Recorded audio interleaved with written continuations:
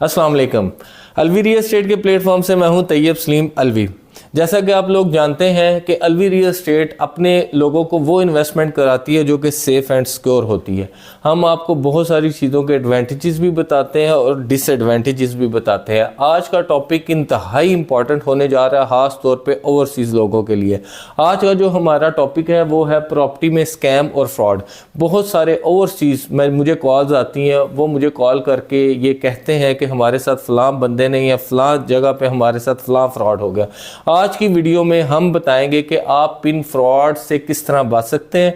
आपको मुख्तलिफ एग्जाम्पल, मुख्तलिफ वाक़यात मैं आपके साथ एक्सप्लेन करूंगा। वीडियो थोड़ी सी लंबी होगी लेकिन आपने एंड तक देखना है और मुख्तलिफ लोगों के साथ इस वीडियो को शेयर लाजमी करना है ताकि मुख्तलिफ लोग जो हैं वो जितने भी आपके ग्रुप्स हैं, ऐसे जो फ्रॉडुलेंट ग्रुप्स हैं, उनसे बच सकें।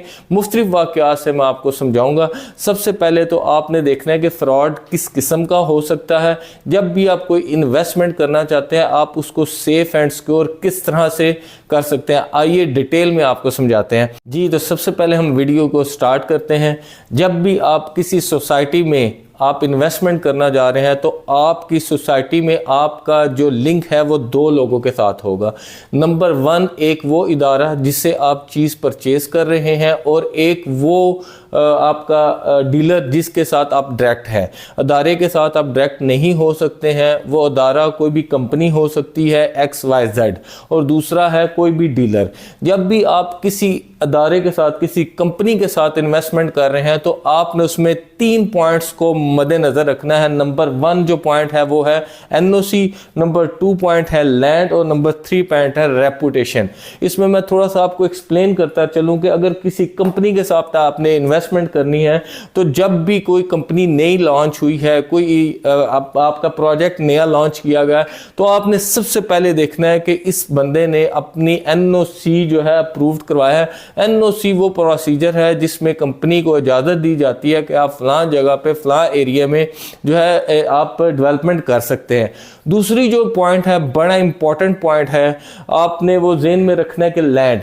आपने इर्द गिर्द के लोगों से मालूमात लेनी है कि इस कंपनी ने आया इतना प्लॉट जो है वो डिलीवर करना है और उसने इतनी फाइल जो है वो मार्केट में सेल किया, क्या उस फाइल के अगेंस्ट उनके पास लैंड मौजूद है। ये इंतहाई इंपॉर्टेंट पॉइंट है जिसको हम लोग मद्देनज़र नहीं रखते हैं। बहुत सारी सोसाइटियाँ, मैं किसी ऐसी सोसाइटी का नाम नहीं लूँगा जिनके पास लैंड तो मौजूद नहीं थी लेकिन उन्होंने इतनी ओवर सेलिंग की कि आज उनका प्रोजेक्ट जो है वो माइनस में है। तो इस चीज़ को आपने बहुत ज़्यादा मद्देनज़र रखना है। आपने एडवर्टाइजमेंट पे बिल्कुल नहीं जाना। लोग दिखाते कुछ है, करते कुछ है, आपने करना क्या है, जस्ट मालूमात रखनी है। जब भी आप एक छोटी सी चीज़ लेते हैं, किसी फ्रूट वाली रेडी से छोटा सा कोई फ्रूट लेते हैं तो आप इतनी उसमें एक्सप्लेनेशन करते हैं। तो जब आप इतनी बड़ी करोड़ों की इन्वेस्टमेंट करने जा रहे हैं किसी सोसाइटी के साथ तो आपने ये ज़रूर ज़हन में रखना है, मुख्तलिफ अदारों से इंफॉर्मेशन लेनी है कि जितनी फाइल इसने सेल आउट की है क्या उसके पास लैंड भी मौजूद है। आज मुख्तलिफ सोसाइटियाँ जो है, बहुत सारे ओवरसीज़ क्लाइंट जो है वो शिकवा करते हुए नज़र आते हैं कि हमारा जो है हमने 1 करोड़ पे इन्वेस्ट किया था, आज वो हमें उसका 30 लाख रिटर्न में भी नहीं मिल रहा। क्या फ़ायदा हुआ, हम ओवरसीज़ उतनी मेहनत के साथ उधर कमाई करते हैं और पाकिस्तान में पैसा बेचते हैं इस ख्वाहिश के साथ कल को वो डबल होगा ही, हमें प्रॉफिट मिलेगा, लेकिन वो तो हमें लॉस है। तो इसमें आपने सबसे जो इंपॉर्टेंट चीज़ है देखना यह है कि उसके पास लैंड मौजूद है। अगर 40,000 फाइलें बेची हैं तो कल लोगों ने उनको किस्तें देनी है तो 40,000 प्लॉट ये डेवलप करके दे सकेगा। ये सबसे इंपॉर्टेंट चीज़ है। उसके बाद है नंबर 3 पॉइंट है रेपुटेशन। आपने उस कंपनी की रेपुटेशन देखनी है कि प्रीवियस में क्या इस कंपनी ने कुछ डिलीवर किया है। बहुत सारे ऐसे हमारे गिरदोनवा में प्रोजेक्ट हैं। अगर हम कैपिटल में चले जाएं, इस्लामाबाद में चले जाएं, तो इतनी कंपनियों ने अपने प्रोजेक्ट जो है वो लॉन्च किए हैं, लेकिन क्या है, फाइलें सेल करके उसके बाद डेवलपमेंट ही नहीं।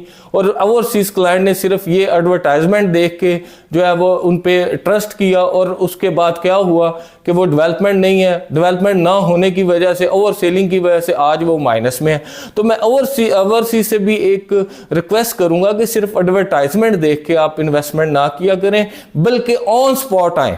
अगर कोई भी चीज़ करोड़ों रुपया पाकिस्तान में इन्वेस्ट कर रहे हैं तो ऑन स्पॉट आएँ, आके देखें कि लोगों के पास लैंड मौजूद है, आके देखें कि इस कंपनी की रेपुटेशन कैसी है, वहाँ से पैसे भेज के आप लोगों पे ट्रस्ट ना कर लिया करें एकदम से, बल्कि इस चीज़ को आप ज़रूर इस चीज़ के हकायक को देखा करें कि इसकी रेपुटेशन क्या है, क्या पहले इसने कोई प्रोजेक्ट डिलीवर किया है, पुरानी इसकी रेपुटेशन लोगों के साथ कैसी है, लोग सेटिस्फाई हैं इस कंपनी से या नहीं। तो ये कुछ ऐसे इंपॉर्टेंट पॉइंट्स थे जो कि आपने मद्देनज़र रखने और फिर उस कंपनी के साथ इन्वेस्टमेंट करना है। अब ये तो थी कंपनी की हद तक बात। अब जो सेकंड बात है वो है डीलर। कंपनी और क्लाइंट के दरमियान में एक बहुत इंपॉर्टेंट ब्रिज का किरदार अदा करता है, वो है डीलर। अब आपने डीलर के बारे में सबसे पहले कुछ चीज़ें हैं, जो 5 चीज़ें हैं जो डीलर के बारे में, 4 चीज़ें आपने ज़हन में रखनी है। Number 1 point authorised dealer, number 2 point past history, number 3 point जो है permanent place of work office, और नंबर 4 पॉइंट रेपुटेशन। अब डीलर कोई भी बहुत सारे, मैं आपको एक एग्जाम्पल बताता हूँ कि इधर बहुत सारे लोगों ने मुझे कॉल आई जी कि फ़लाँ डीलर ने हमसे पैसे ले लिए और हमारे नाम प्लॉट नहीं किया। इसमें मैं समझता हूँ ना सिर्फ ओवरसीज़ का कसूर है, डीलर का कसूर तो है ही है कि उसने एतमाद किया ओवरसीज़ ने उसके ऊपर, बल्कि उसमें ओवरसीज़ जो पैसे भेज रहा उसका भी प्रॉपर उसमें जो है वो उसका शामिल है, उसका कसूर भी शामिल है। उसकी रीज़न क्या है कि भाईजान आप उधर से करोड़ों की अमाउंट इधर बंदे के नाम करवा भेज देते हैं और कहते हैं जी मेरे नाम प्लॉट कर दो।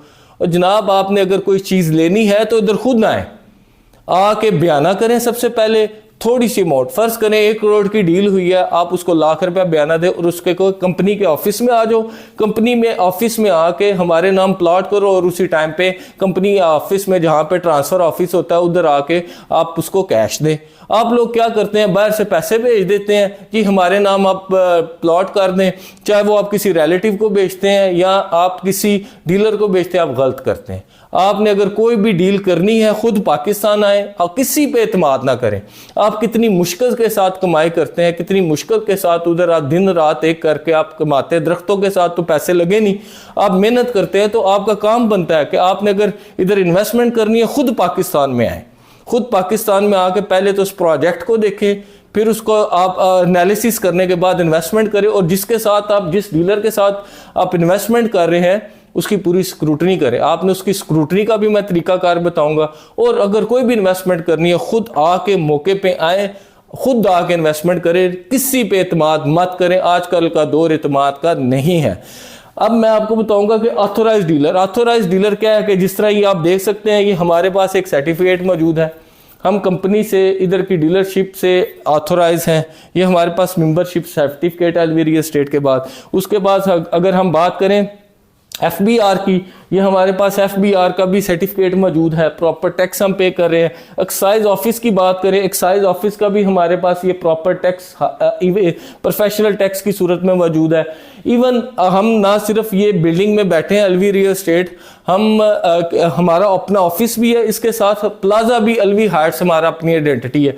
ये हमारे पास अलवी हाइट्स की कंप्लीशन सर्टिफिकेट भी मौजूद है। तो ये सारी चीज़ें देखने के बाद आप एनालिसिस कर सकते हैं, नहीं यार ये बंदा एतमाद वाला बंदा है, इसने पूरी जिम्मेदारी के साथ गवर्नमेंट के ना सिर्फ टैक्सेस पे किए हैं बल्कि इसके साथ साथ ये क्लाइंट्स को भी अच्छा डील कर रहा है। तो ये ऑथोराइज्ड डीलर, सबसे पहले ये देखें।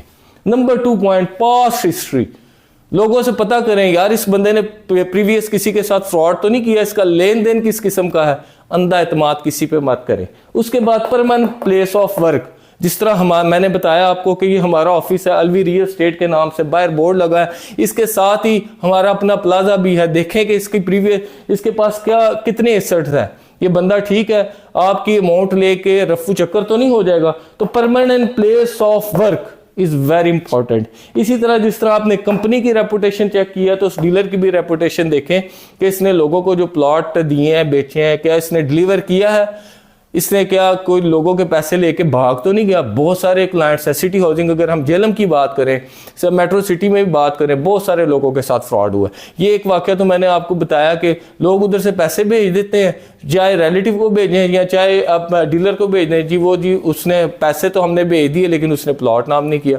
और भाईजान आप खुद आए, खुद आके उसके साथ डील करें, सिर्फ बयाना दें, बयाने के बाद ऑफिस चले जाएं, ऑफिस वहाँ पे मेन ऑफिस मौजूद है, ट्रांसफर के टाइम पे बाकी पेमेंट करें। एक तो ये फ्रॉड बहुत ज़्यादा आम है जी, उधर से पैसे भेजे। दूसरा फ्रॉड, आपने जब भी कोई चीज़ लेनी है तो कंपनी के ऑफिस से प्रॉपर उसकी ट्रांसफ़र करनी है। पिछले दिनों में कुछ ऐसे प्लॉट थे जो कि लैंड ओनर्स के प्लॉट थे, उनकी ट्रांसफ़र ओपन नहीं थी, तो लोगों ने क्या किया जी, 1200 के स्टाम्प पे बारों बार तहरीर लिखवा के जी ये बंदा, मैं इसको पेमेंट दे रहा हूँ, जब इसकी ट्रांसफ़र ओपन होगी ठीक है तो उस वक्त हम जो है वो इसको ट्रांसफ़र कर देंगे प्लॉट। ऐसा बिल्कुल नहीं करना। आपने एडवांस पेमेंट दे के 1200 वाले स्टाम्प की अहमियत कोई नहीं। अगर वो बंदा कहीं पे रफू चक्कर हो जाता है तो आपके नाम प्लॉट नहीं करेगा, तो आपने उसको अमाउंट भी दे दी है और उसके बाद फिर आपको ज़हनी टेंशन ही है।